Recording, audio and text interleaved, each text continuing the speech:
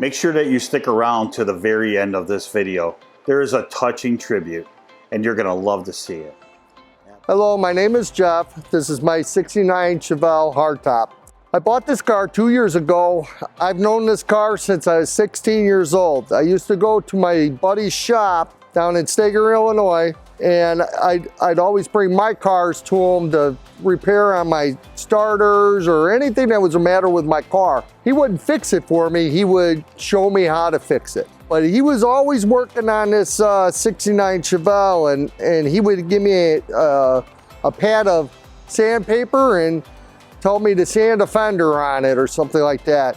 And that would be my payment for the work that I'd done for him.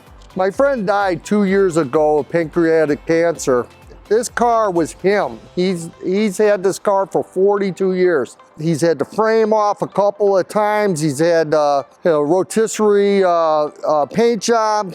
The underside of this car is actually cleaner than the top side of this car. He had it in McCormick Place back in the 1980s. And took second place. He spent his whole life building this car. But he was just a backyard mechanic, not to say just, but he was a backyard mechanic on a budget.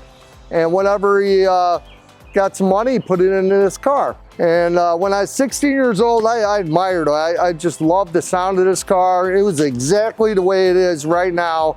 It's like a time capsule. Like I said, I was at his funeral and I asked around what's going on with the car and what's going to happen to the car.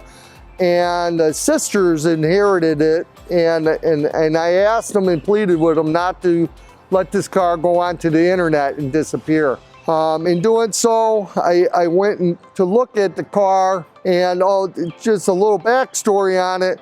When John was dying, he had about 6-8 months to live when he got diagnosed with pancreatic cancer, and this car was in pieces. The motor was out of it. He was in the process of restoring the car again. When he found out he was going to pass away, he hurried up and put the car back together. He sent the block out and got it honed out.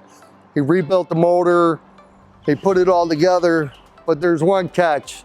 John wasn't strong enough to tighten every bolt on this car. He did his best, but he did get it running, and he got to roast up the tires a few times, and he'd just go see his friends one last time in the car.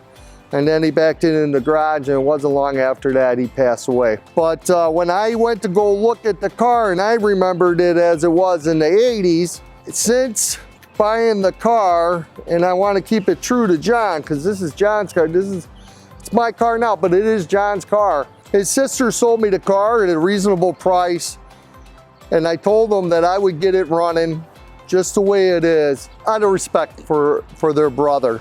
John's best friend, Billy, which is one of my best friends, Billy and I took this car apart, and when we started getting into it, every bolt, God rest his soul, he couldn't tighten up the bolts. Every bolt on this car had to be tightened.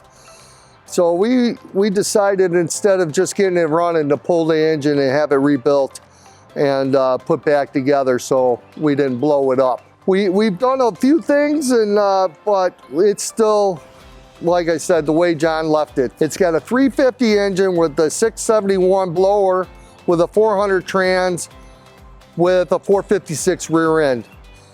She gets up and goes, dual quads, sitting on the 671 blower with a fresh 350 rebuilt. It's got 202 heads, brand new pistons, brand new rods, brand new rings, roller rockers. The day I bought the car was an emotional day, and it's been an emotional journey working on the car because, especially with Billy, John Lewis is about 10 years older than me, and Billy's about 10 years older than me. So they're an older generation than me, and they hung out for years and years. So every bolt that we turned on here, we thought about Johnny, and we'd say, why Johnny do this? Why Johnny do that? Ooh, this is kind of cool what Johnny did here. So we really enjoyed the whole journey. We spent the whole winter going over the car, and we have tons more work to do on it. We just have it to where it's a daily driver, a runnable car. So yeah, he designed this front end. It's a flip nose front end. He wanted it as concealed as possible. I remember him talking about he wanted the blower to be hidden. And from what you can see, it just looks like dual quad sticking out the hood, maybe with a tunnel ram or something, or a high-rise intake manifold. But there's a blower hidden underneath that hood, and that's how he wanted it. He wanted it to be more of a sleeper. And back in the day, this was one of the faster cars around. Today, probably not so much. We got some cars that are out there that are a lot faster.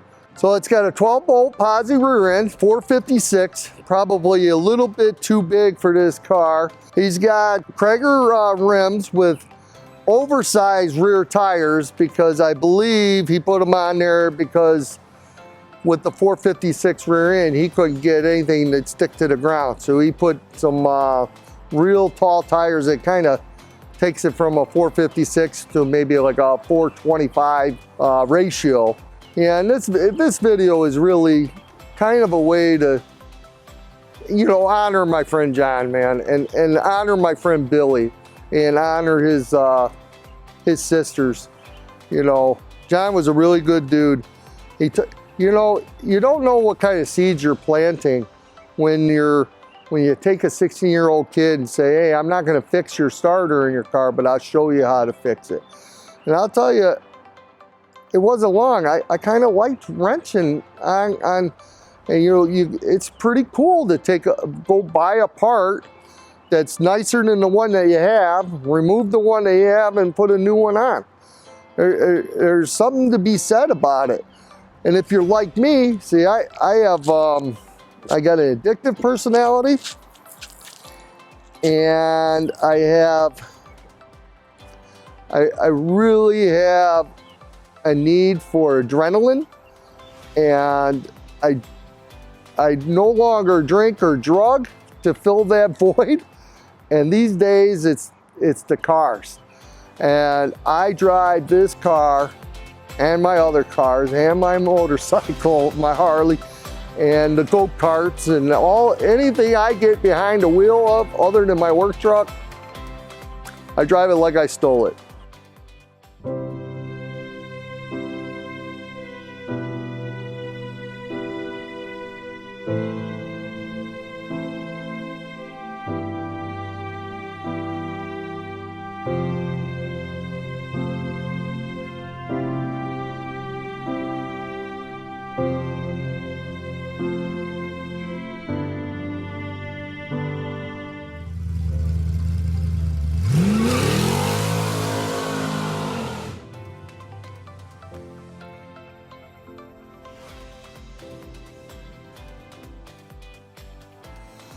My name is Jeff, this is my '69 Chevelle, and that's why I'm a car guy.